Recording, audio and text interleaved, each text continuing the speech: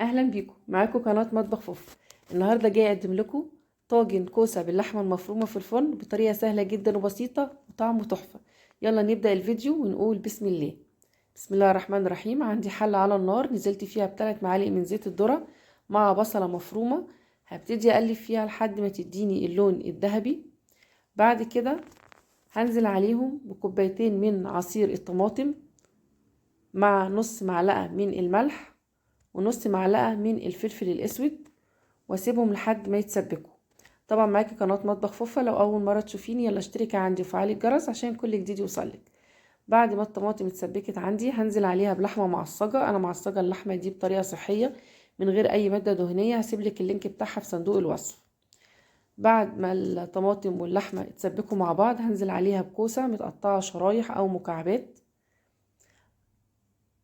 هنزل عليهم بعد كده بنص معلقه من الثوم المفروم، وده بيخلي طعمه بجد تحفه لما تنزلي بنص معلقه الثوم المفروم بالشكل ده. بعد كده هاخدهم وانزل بيهم في طاجن وادخلها الفرن على درجه حراره 180 درجه. اول ما يستوي هطلعه وهيبقى معايا بالشكل ده طالع ما شاء الله، طعمه وريحته تحفه. امشي بنفس الطريقه باذن الله هيعجبك. ما تنسيش اللايك والشير علشان كل جديد يوصلك باذن الله من وصفاتي. السلام عليكم.